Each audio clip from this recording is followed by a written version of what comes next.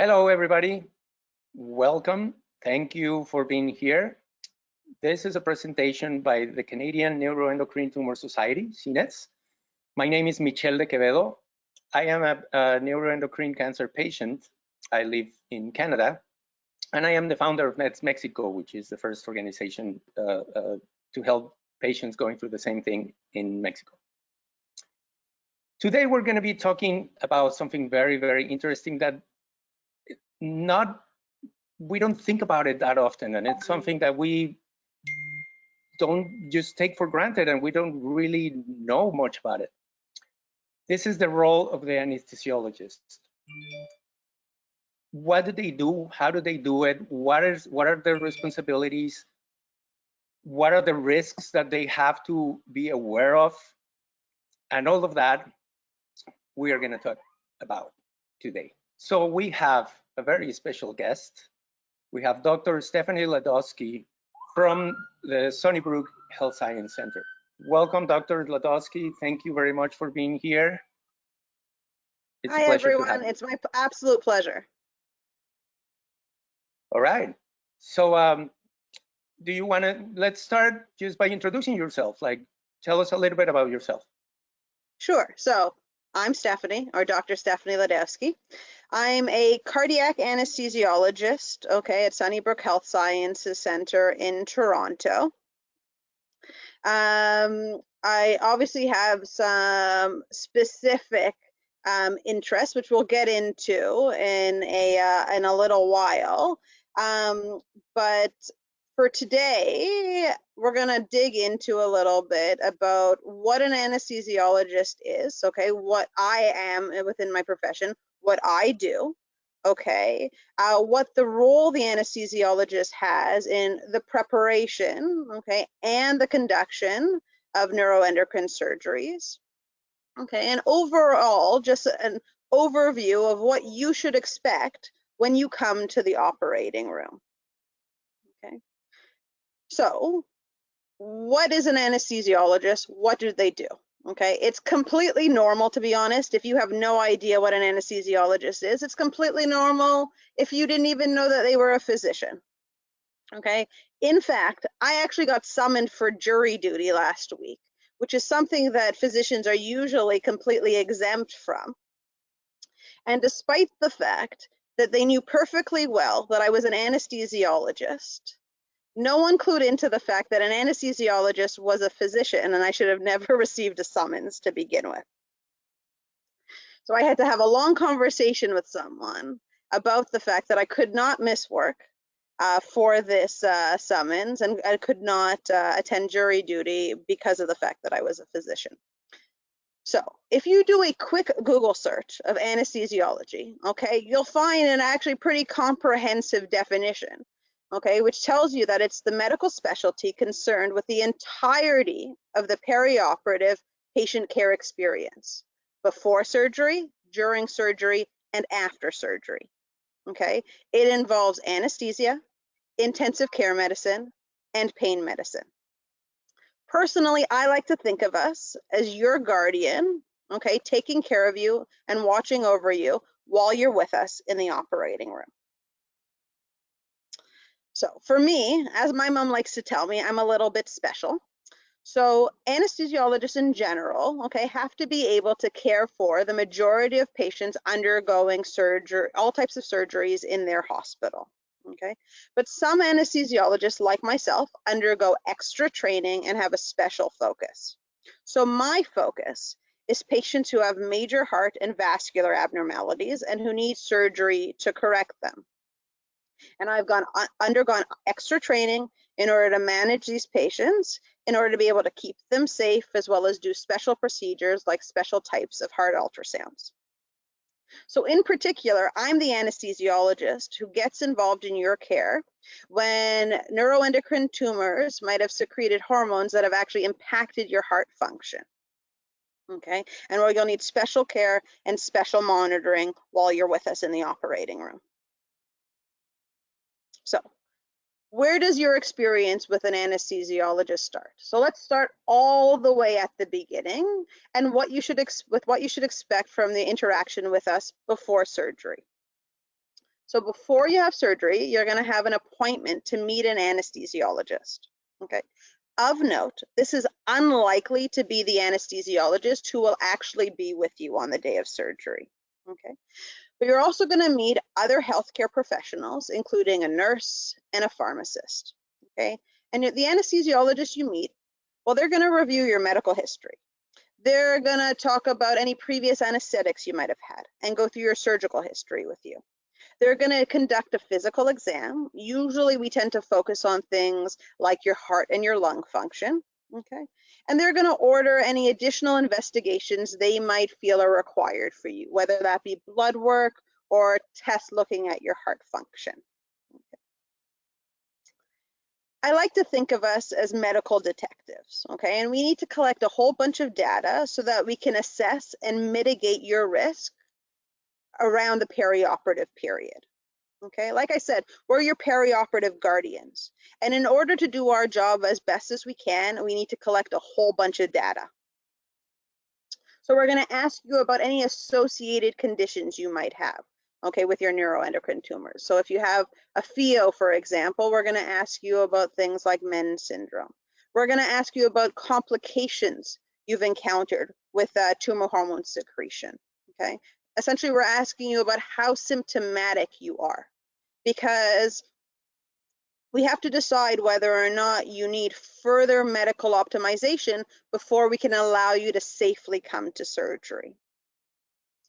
And that's all because active neuroendocrine tumors can affect your blood pressure, and they can affect different organs in your body, right? Specifically, they can affect vital ones like your heart, your brain, your lungs, your kidneys. So we need to get a sense as to whether or not any of these have been impacted, because the risks carry forward into surgery. And so we need to ask questions and collect data in order to best prepare so that we can keep you as safe as possible. So once we've reviewed everything and we've done your assessment, we're going to talk to you about what you should expect on the day of surgery. That's going to include reviewing things like fasting guidelines, talking to you about what you should do with your medication, and discuss specific things of the anesthetic, things like the breathing tube and its risk, special lines for monitoring or to give medications, most of which are going to be put in while you're asleep, but some might need to be put in when you're awake.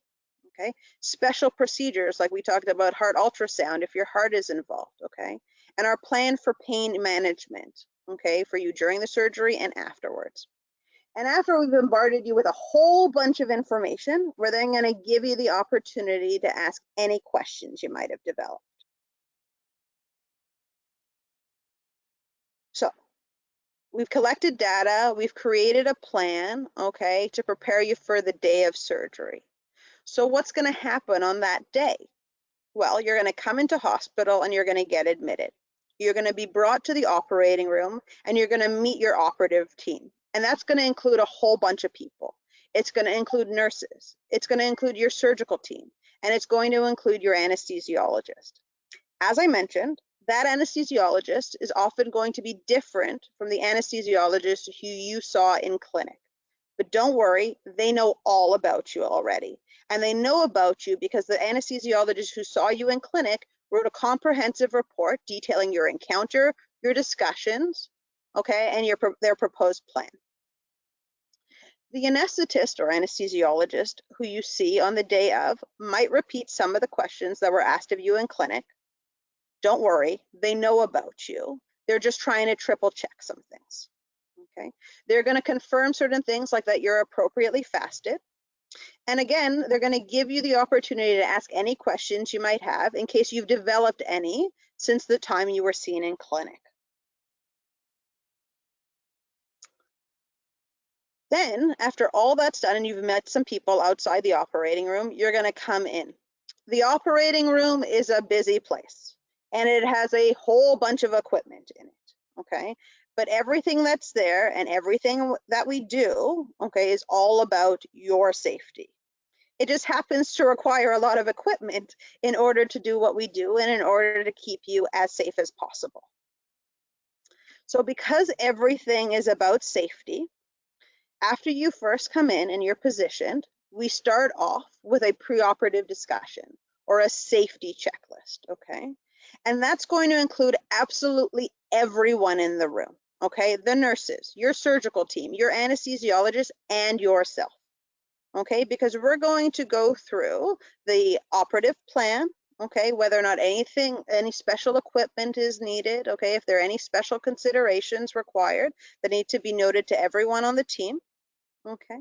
And they're going to give you the opportunity to speak up if you didn't understand something, if you have a follow-up question, if something doesn't align, okay, with your understanding from before, because ultimately you are your best advocate.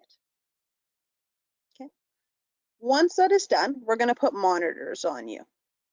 Most of these monitors are non-invasive. They do not hurt, okay? Almost all the monitors we put on you before you go off to sleep are going to be non-invasive. It is only on the odd occurrence, okay, that we need to put in a special blood pressure monitor before you go off to sleep, or in general one that is invasive. And that's because in certain circumstances, we're worried about dramatic and abrupt changes in your blood pressure, and we need to be able to monitor it. But we'll get into all of this in a second. In general, you will have encountered most of our monitors before, okay? In order to monitor you closely, we have to look at your blood pressure. We have to watch your heart rate, your heart rhythm, the content of oxygen in your blood, your temperature, okay? So how do we do it? Well, we use a blood pressure cuff. We use special electrical leads to look at the electrical activity in your heart. We have put something on your finger, it's called a pulse oximeter. It's to look at the oxygen content in your blood. Okay. As I discussed, sometimes we need an invasive blood pressure monitor. That's called an arterial line. From the surface, it looks just like an intravenous, okay? But what it actually does is it goes into a different type of blood vessel. It goes into an artery, not a vein. And it helps us measure your blood pressure with every single beat of your heart. Okay, this is different from a blood pressure cuff, which can only cycle at maximum once a minute. Often it's put in with you asleep, but sometimes it's put in with you awake. Okay, and it's put in with you awake if we are particularly concerned about changes in your blood pressure. Beyond just measuring your blood pressure, an arterial line also actually lets us sample your blood without repeatedly poking you. So beyond those monitors, we need intravenous access, okay? These are needed for a number of things. The primary thing is to give medications, including medications to have you go off to sleep, medications to treat your pain, medication to prevent nausea, to give you fluids or blood products, to give you medications to treat changes in your blood pressure, your heart rate, your heart rhythm. The first intravenous you get is going to be put in with you awake, because we need that intravenous in order to get you off to sleep. Beyond that, additional intravenous access is secured once you're asleep. Sometimes, depending on what we're using the intravenous for, we need special types of intravenous access. So sometimes we need special medications in order to maintain your blood pressure or to help support your heart function. As well, sometimes we think you're going to need blood products quickly administered, or you're going to need fluids quickly administered. And so that also requires special intravenous access. This special intravenous access is called a central line. It's put in different places in your body, but the most common place that we put it is like that image on the right-hand side. It's placed, okay, in your neck. Again, don't worry, it's put in with you asleep. We almost never put it in with you awake. It will, however, be there when you wake up, but it will not hurt. So once we have the lines that we need, and once we have the monitors that we need, okay, we're going to do what's called induction of anesthesia. All that means is you going off to sleep. What that is going to involve is something called pre-oxygenation, which is just filling your lungs up with pure oxygen. Then we're going to give you medications through that one intravenous that was placed before you went off to sleep. Okay, these medications are given to induce sleep, treat pain, block your muscle function, and support your blood pressure and your heart function. When we're thinking about neuroendocrine tumors specifically, we need to think about preventing something called a carcinoid crisis, okay, which again, we'll talk about in a little bit, for those with metastatic disease or who have very active disease, or supporting blood pressure and heart function in those with pheochromocytomas. Ultimately, the end of induction of anesthesia is something called intubation, which is placing of an endotracheal tube or a breathing tube. So, taking a step back in terms of why we need to intubate someone or what a breathing tube does, in order for us to perform your surgery, your muscles have to be relaxed and they can't contract. But muscles are needed for you to breathe. So while you're asleep with us in the operating room, and we have to make an environment where those muscles are not working, we have to have a machine that breathes for you. To connect your lungs to that machine, we put something in that's called an endotracheal tube. It has that name because it sits in your trachea, which is your main passage from your mouth to your lungs. And intubation is just the act of putting in that tube. So the act of intubation requires specific equipment. It comes along with certain risks like dental damage.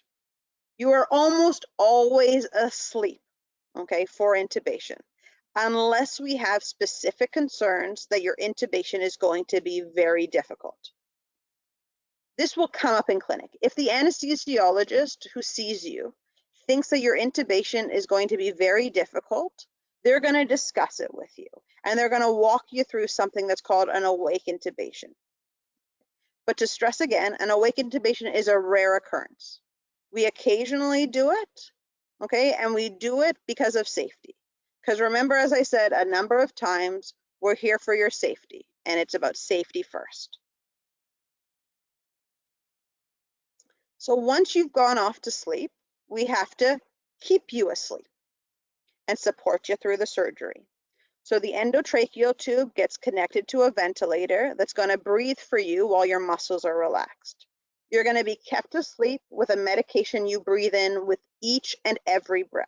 So this isn't like the movies. You are not going to wake up. I don't want you to worry about that ever. You will not wake up until the surgery is done and the anesthesiologist in your room wants you to wake up. You're going to be given medications to treat pain while you're asleep.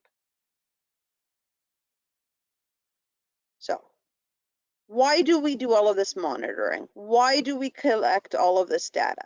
Well, one thing is you've met probably one of the most type A detail-oriented people on the entire planet. But honestly, most anesthesiologists are just like me.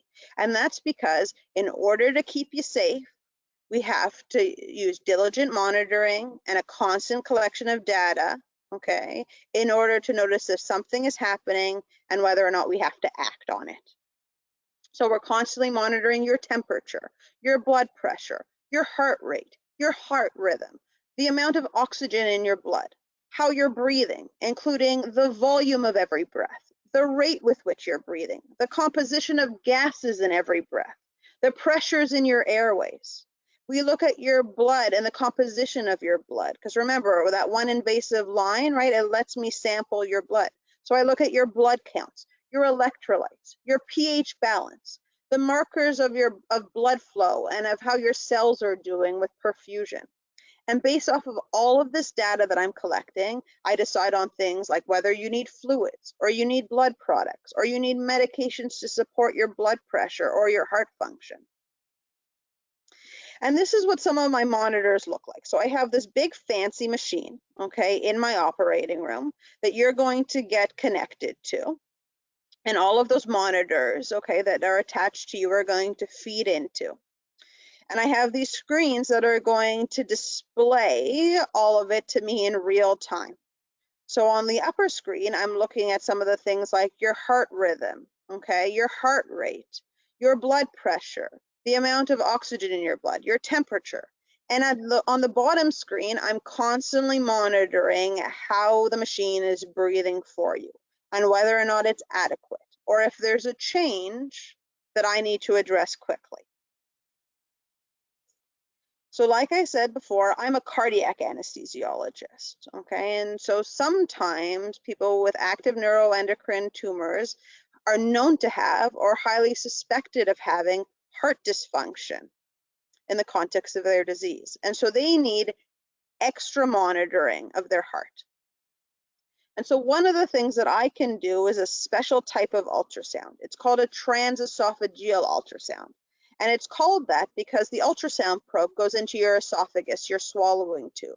And that's because your esophagus lies directly behind your heart.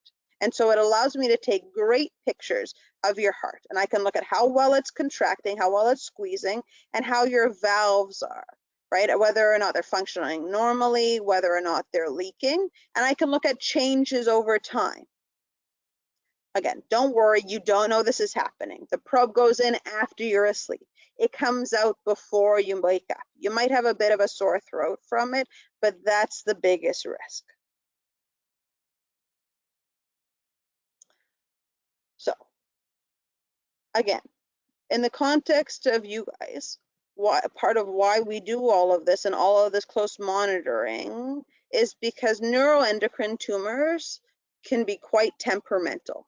And when we manipulate the tumors during surgery, we can cause dumping of active hormones, which can lead to what we call hemodynamic crises, which ultimately just means a huge and abrupt fluctuation in your blood pressure that needs to be noticed and managed immediately. So we need vigilant preparation and monitoring in order to ensure your safety via proper management. In addition, depending on where your tumor is, for example, if you have metastatic carcinoid and it's located in your liver, you might be undergoing a resection of your liver, which means that we're expecting potentially major blood loss. And so we need to address that. And it's not as simple as just correcting the blood loss with fluids or blood in the moment, because the surgery from your surgical team standpoint can be quite temperamental as well. And so if I give you too much fluid or too much blood while they're still working, I can actually make their job more difficult, and I can further increase your blood loss. So it's a fine balance that we need to work together as a team, okay, to accomplish.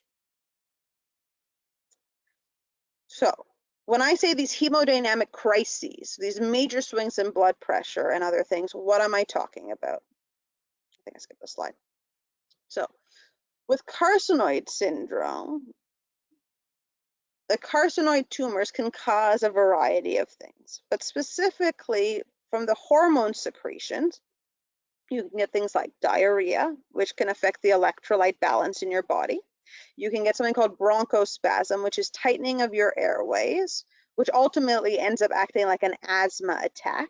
And it affects how well I can have the machine breathe for you, which can impact how much oxygen you're getting and the clearance of other gases that you should be getting rid of. And it can affect how your heart is functioning. You can get atypical heart rhythms, okay, which can affect how your heart is filling and how it's squeezing. You can get dysfunction of your heart valves. They can become very leaky, which can cause your heart to dilate and can affect how well it's contracting. And your heart sits in a sac, and that sac that it sits in can get thick as well. And that can impact how well your heart fills and how well it empties.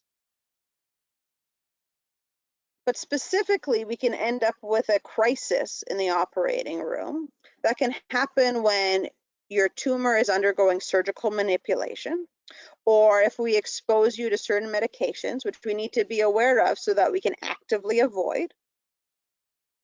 As well, there are other potential participants. So if you're dehydrated, if you're too cold, right? If you're not getting enough oxygen or we're not clearing some of the gases from your body well enough, we can precipitate a crisis. And a crisis is a big deal because a crisis can mean that you have very low blood pressure, which we need to treat. You can have what we talked about, bronchospasm, with that tightening of your airway, so it makes it very difficult for me to get you the oxygen that you need. And it can affect sort of the electrolytes and the pH balance in your body, which ultimately impacts how well the cells in your body want to function. And it's not just with carcinoid. With pheochromocytomas, we can also get a crisis. And this too can happen with surgical manipulation, or if we expose you to certain medications that we should be actively avoiding.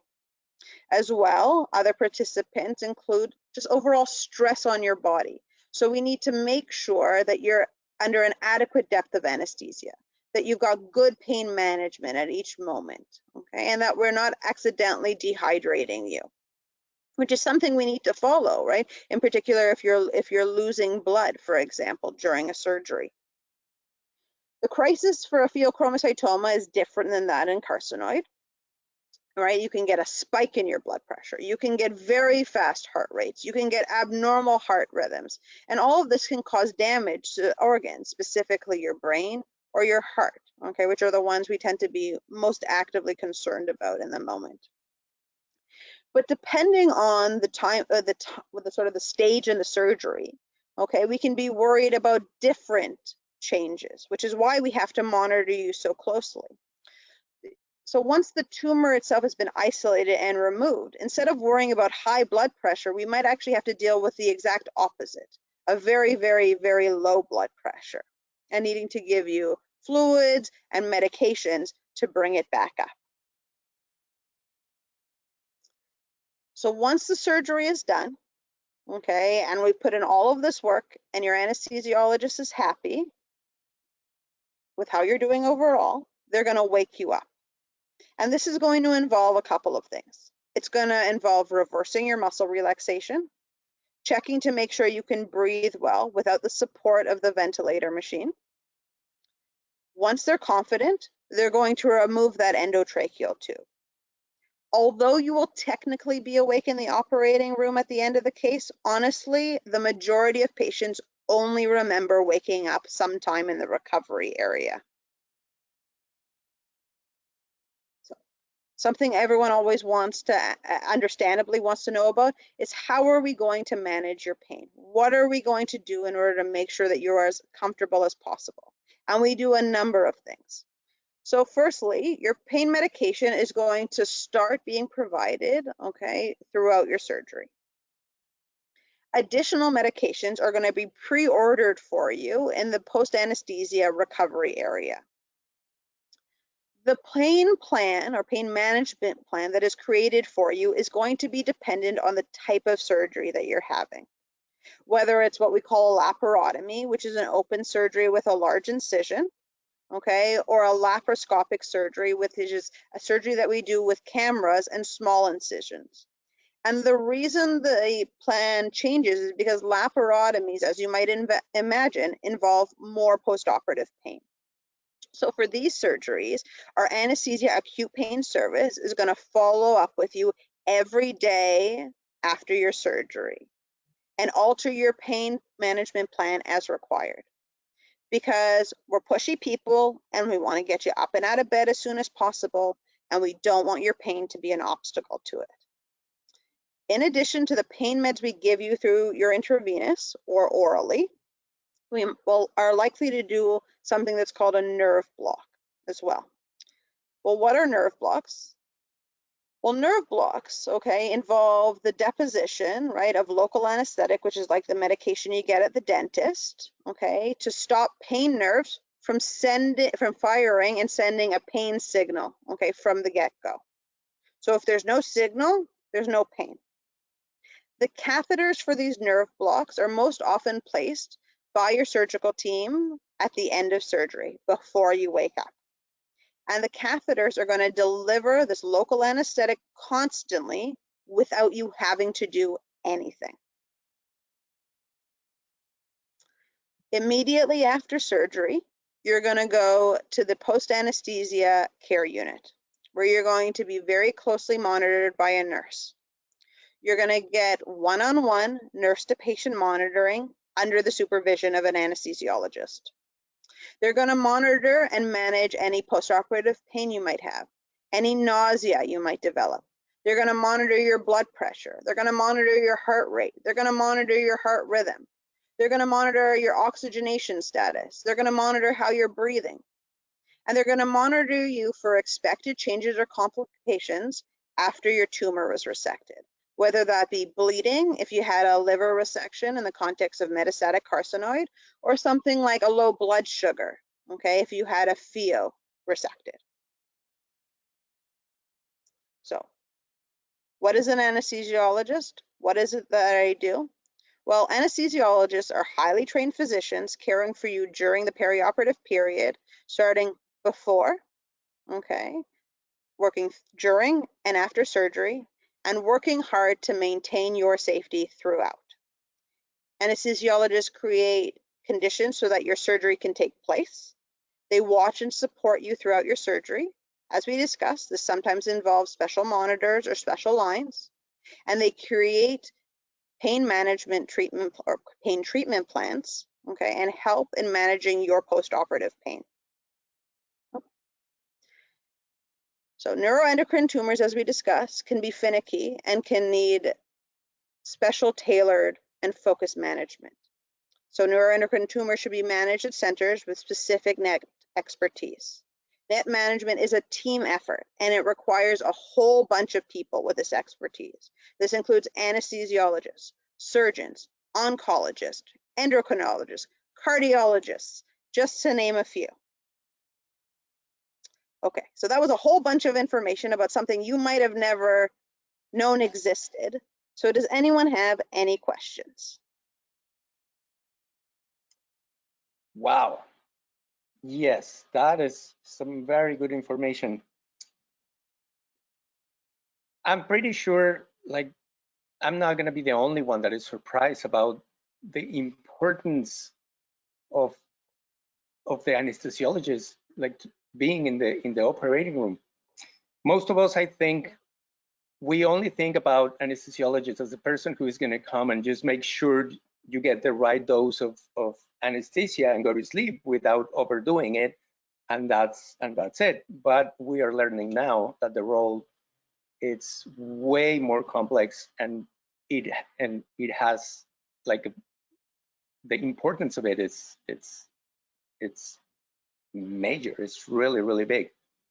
Thank you, Dr. Ladowski. We're gonna open up for questions. So if you are here listening to us and have any question, please send it to us, and we'll make sure to answer it for you in this moment. I have a question. You mentioned that that a crisis can happen when we're exposed to certain medications.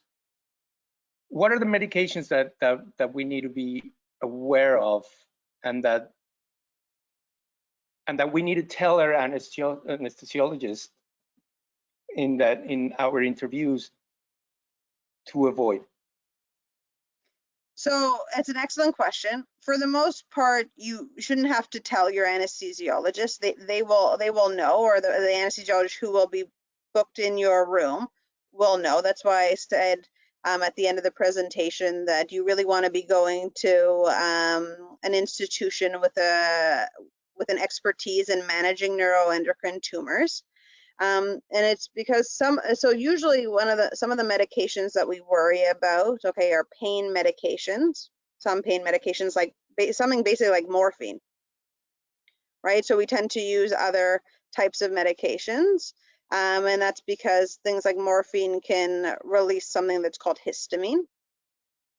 And beyond that, it's some of the medications that we use for support of your blood pressure, which you guys aren't going to know about, and you don't need to know about, that we try to stay away from and default to other blood pressure medications, because they will do a better job at supporting and not further precipitating an issue.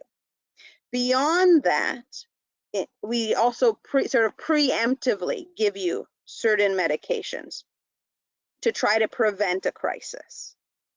Okay, some basic medications, and sometimes we actually, even though your surgeon may have you like stop or reduce your octreotide before you come to surgery, depending on how worried we are at the beginning of surgery, particularly if we're worried about someone who has cardiac dysfunction in the context of carcinoid, and so either is either metastatic or has an active a very active secretion from their tumor, we might actually load you with octreotide, even though you've stopped it.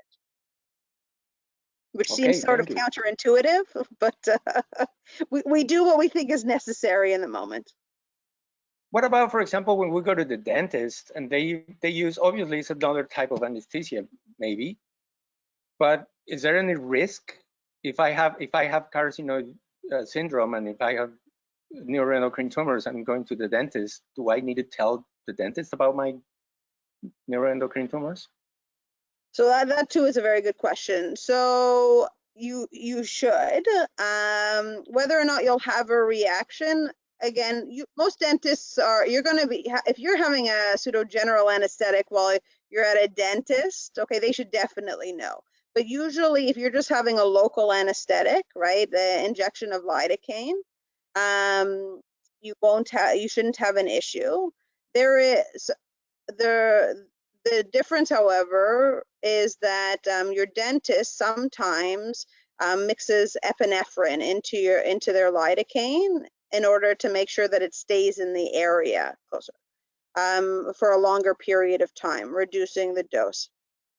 Now, in theory, you shouldn't really have a reaction, okay, to the epinephrine mix in that lidocaine if they are mixing it. But those who have very, very active tumors might. And so it can be important to tell them so that they don't use the local anesthetic mixed with epinephrine, that maybe in your case, they'll choose just to give a straight local anesthetic. Okay, thank you. We have some questions coming in from the people that are listening to us. Can someone be allergic to anesthesia? So they can. It's genetic. It's something, it's not quite an allergy, but it's the easiest way for us to describe it. It's something that's called malignant hyperthermia, and it runs through the family. And essentially, what it is, it's a muscular reaction, but people get high temperatures, and they have electrolyte abnormalities, and it can impact their heart and their heart rhythm. So it's not really an allergy, but we kind of think of it as one. But those people have a strong family history of it, and it's called malignant hyperthermia. So if you have a family history, okay, of people who have had very severe reactions to general anesthesia, you should always be telling the anesthesiologist that you're meeting. Okay. Are there different kinds of anesthesia? And if so, how is one chosen over another one? Okay, so yes, there are. In general, we keep people asleep with gases, with what's called an inhaled anesthetic. And there are different gases, but for the most part, people are narrowing the ones that they use. And the reason they're narrowing the ones that they use are actually because of environmental factors more than anything else. But beyond that, we can keep people asleep with intravenous agents, not just inhaled anesthetics. So for example, the individual who maybe does have a strong family history of malignant hyperthermia, the agent that they will react to is the gaseous, right? The gas form of the anesthetic. They won't react to the intravenous anesthetic. So that person who will need surgery, will put them to sleep and keep them asleep with intravenous anesthetics instead, so that they can have their surgery. Okay.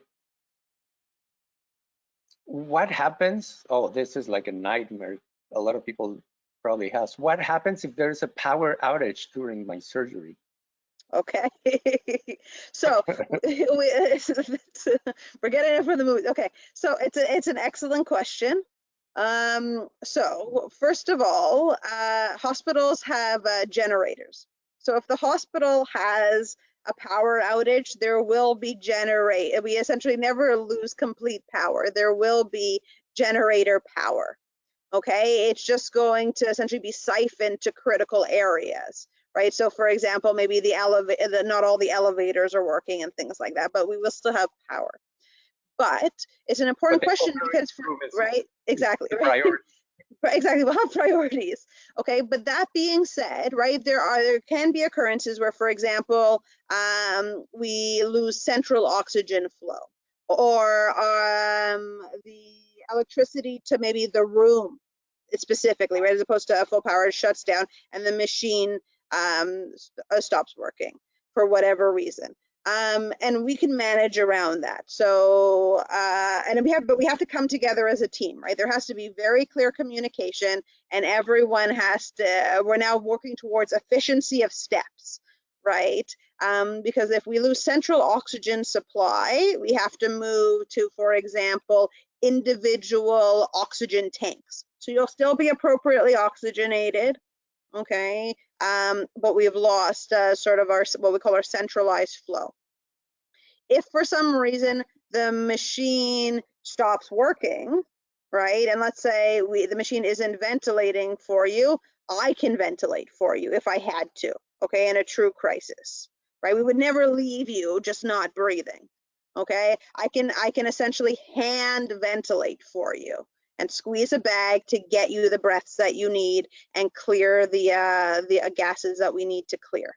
Okay, I can also, if for some reason something happens and I'm not confident in how the machine is delivering that gaseous anesthetic to you anymore, right? The same way I told you that there's certain token instances where we give intravenous anesthetic, I can convert to an intravenous anesthetic, okay, if it's a machine problem. So it's not something we like to manage. Everyone has to sort of hurry up if we end up with an issue like that, okay? And everyone's got to hurry up to do the best job possible, but also keep you as safe as possible. But if something like that happens, we essentially, we quicken our steps, okay? We will keep you safe. Do not worry about it. You will get the oxygen you need. You will get the medications that you need, okay? But we need to get, if that were to happen, we would have to get through your surgery as quickly as possible. All right. If I have had a crisis during surgery, can I have surgery again? What is the risk? So yes, for sure. So if you have had a crisis during surgery, we will treat the crisis. We will support you. We will decide what is an appropriately monitored bed for you afterwards, right? Because dependent on the degree, because we don't necessarily, when it comes to carcinoid, we don't necessarily resect everything, right? So you're technically at a continued risk of having another crisis post-operatively. So you have to get special monitoring, right? As opposed to just going to a floor bed, because a floor bed will have one patient, it will have one nurse for anywhere between 6 to 10 patients, right? And so that's not appropriate if we think you might have another crisis. We'll have to send you somewhere where you may get one-on-one nursing support or 1 to 2, okay, nursing support for nurse to patients. But again, if you've had a crisis, we treat it, we monitor you appropriately. Okay, the fact that you've had a crisis before gets very well documented, so that if you require a future surgery, the anesthesiologist who is doing your case is very well prepared in order to watch out for a crisis and manage it. Okay. Can a neuroendocrine crisis occur during surgery if the tumors are non-productive? No. Yeah. So if your tumor is not secreting, then we won't have a crisis. So Okay. the crisis is essentially depending on dumping of active hormone. So if it's not secreting, we won't have a crisis. What specifically causes someone to vomit after surgery? So different things. So one of the things is a side effect of the gases that we give you to keep you asleep, okay, is being nauseated. For pain, you often need opioids. Opioids can impact how well your stomach and your intestine and how well your stomach empties, and the motility of your intestines, and that can make you nauseated. And also, honestly, the surgery itself can make you nauseated. The open surgeries can impact the motility of your intestines and of your guts. And if the motility is impacted, then gas can build up that doesn't move, and that can make you nauseated. And if you're having laparoscopic surgery, we in order for them to be able to see with the camera, we have to fill your belly with well, technically it's carbon dioxide, but essentially with gas. And that stretching and all of that can also make you nauseous. So it's multifactorial, but certainly a potential cause is the actual anesthetic and the pain medications that we give you. So we preemptively give you anti-nauseants, and we order more outside beyond that if we think you are at a particularly high risk of being nauseated afterwards. Okay. Why isn't local anesthetic used more often? I know it is used for some major surgeries such as hip surgery. So we use local anesthetic a lot. It depends on, so whether or not we can just use it is dependent on sort of the muscle the muscles that need to be relaxed, and the degree of relaxation required. So essentially, usually when we're talking about doing a surgery in the abdomen, you need a general anesthetic. We don't do it under local in the sense that we do something. The local that you have for a hip is not like a nerve block like we were talking about. It's something that's called a spinal, which is a little bit of local anesthetic that is injected where the nerves emerge from your spinal cord. And so it stops the firing the exact same as a nerve block, so that you have essentially you lose sensation from usually it's the waist down. But they don't last that long. Usually they last in sort of the realm of 3 hours, and a lot of these surgeries take longer than that. And honestly, and beyond that, honestly, most people don't want to be awake for these surgeries anyways, and so for that you would need a general anesthetic.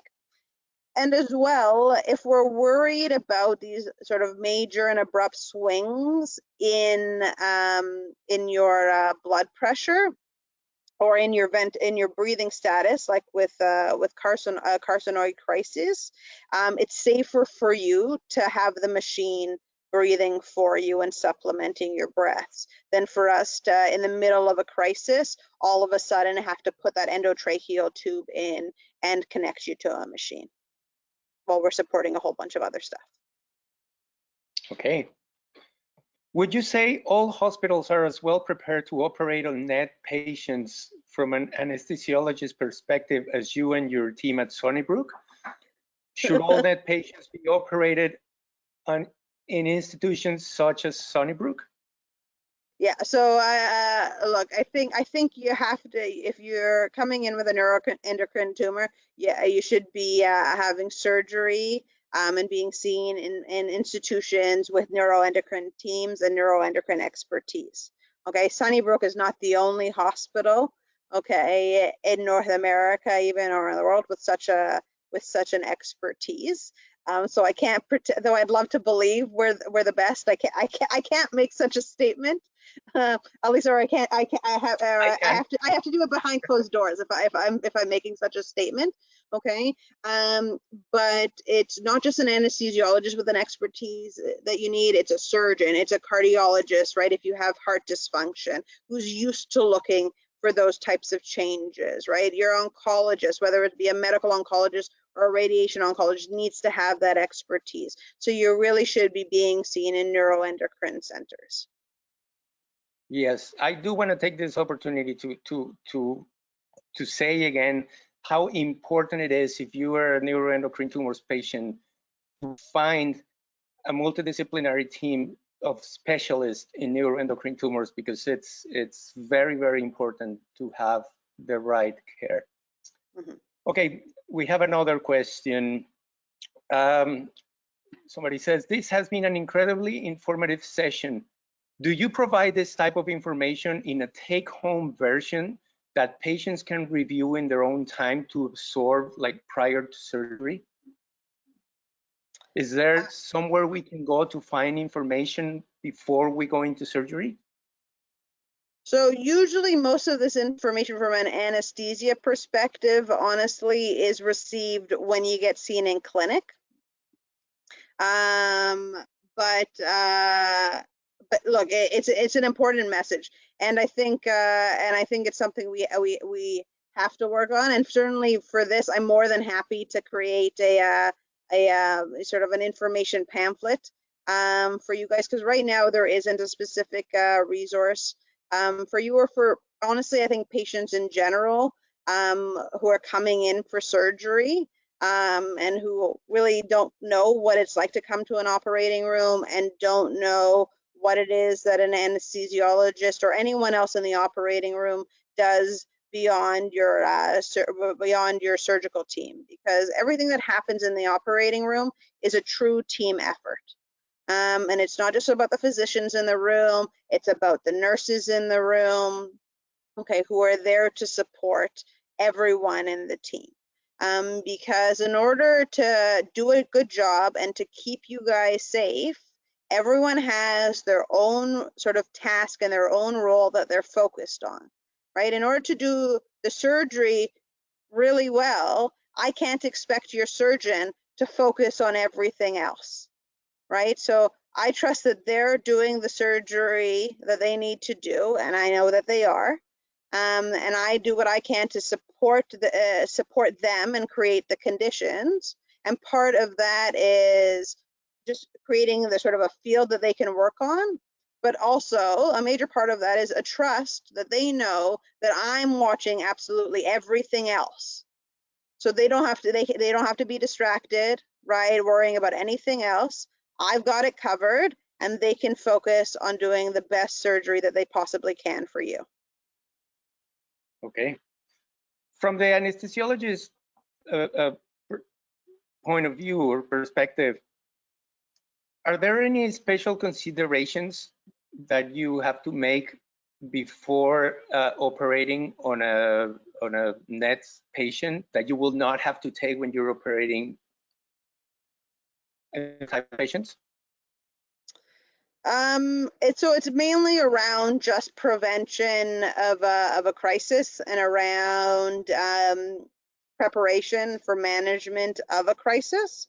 And then beyond that, there are many different people come to the operating room, right? But not all of them necessarily have a disease process that can, one, like I said, sort of have these abrupt changes, but two, have a dramatic impact on the overall function of their heart, right? So with you guys, we do a very focused cardiac history and cardiac exam and make sure that you've got the appropriate tests that we would like, so that we can essentially assess how worried we should be when you come in for surgery. So we can counsel you appropriately, and so that we can be as prepared as possible, right? So that if we see a change, we've kind of expected to see that change, and so we're not surprised by it, and we can act on it right away. But it's mainly around secretion of active hormones and crises, and the different organs that have already been impacted by that secretion of hormone leading up to surgery. Now, if a carcinoid crisis happens, what are the steps that you take to treat it? Okay, so if a carcinoid crisis happens, okay, we're doing a number of things all at once. So one is that usually when it comes to blood pressure, it's about, with a crisis, your blood pressure drops. So we need to give something that'll bring your blood pressure back up. Okay, so usually the first thing we actually give is octreotide. Okay, and we dose octreotide and then we dose more octreotide, but we can't get tunnel vision on the octreotide. And the reason sometimes people who don't have neuroendocrine tumor expertise get tunnel vision on the octreotide is because, like we mentioned a little bit in terms of the medications to avoid, there's a lot of historical data around some of the standard medications we give to bring up blood pressure actually making things worse. So there's a limited number of medications that we kind of go to initially. And so it's first octreotide, and then it's other medications to bring your blood pressure up. And slowly people are also becoming better acquainted with the fact that some of the medications that we initially thought historically were bad and would make things worse are actually not as bad as we once thought, and are actually the medications that are required. Because when we bring blood pressure up, it's two things. One is actually just the squeeze of the blood vessels to bring the blood pressure up. But sometimes, as we discussed, it's actually about how well your heart is functioning. So sometimes I have to not just bring up the squeeze of the blood vessels, I've got to improve, okay, how well your heart is squeezing and the speed with which it's squeezing. And in order to do that, I have to give a different type of medication. Beyond just the heart and the blood pressure, we talked about the fact that one of the things that can happen is you can have that bronchospasm, that asthma-like attack. And so that will impact how well I can deliver breaths to you through the machine. So the first thing is we're in crisis mode, and I essentially give you 100% oxygen, so that every breath that you're getting while your breath volumes are lower is you're getting as much oxygen as you can. And then I give medications to try to help with that bronchospasm. Some that will help sort of in the acute, okay, and so immediately, and some that are there to try to help further down the line that won't act immediately.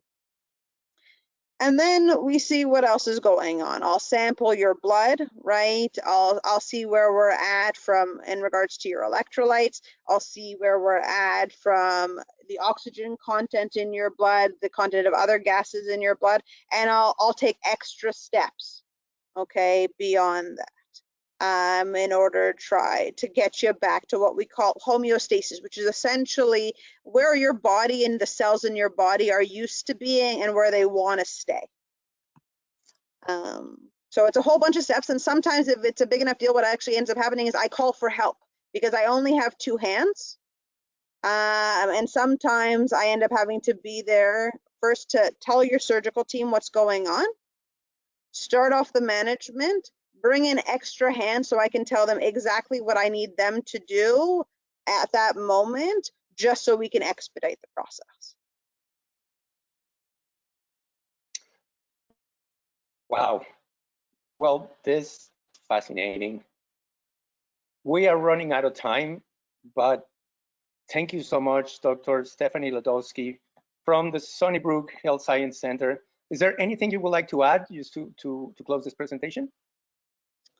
I'll just say, just to reiterate, right, neuroendocrine tumor management can be complicated.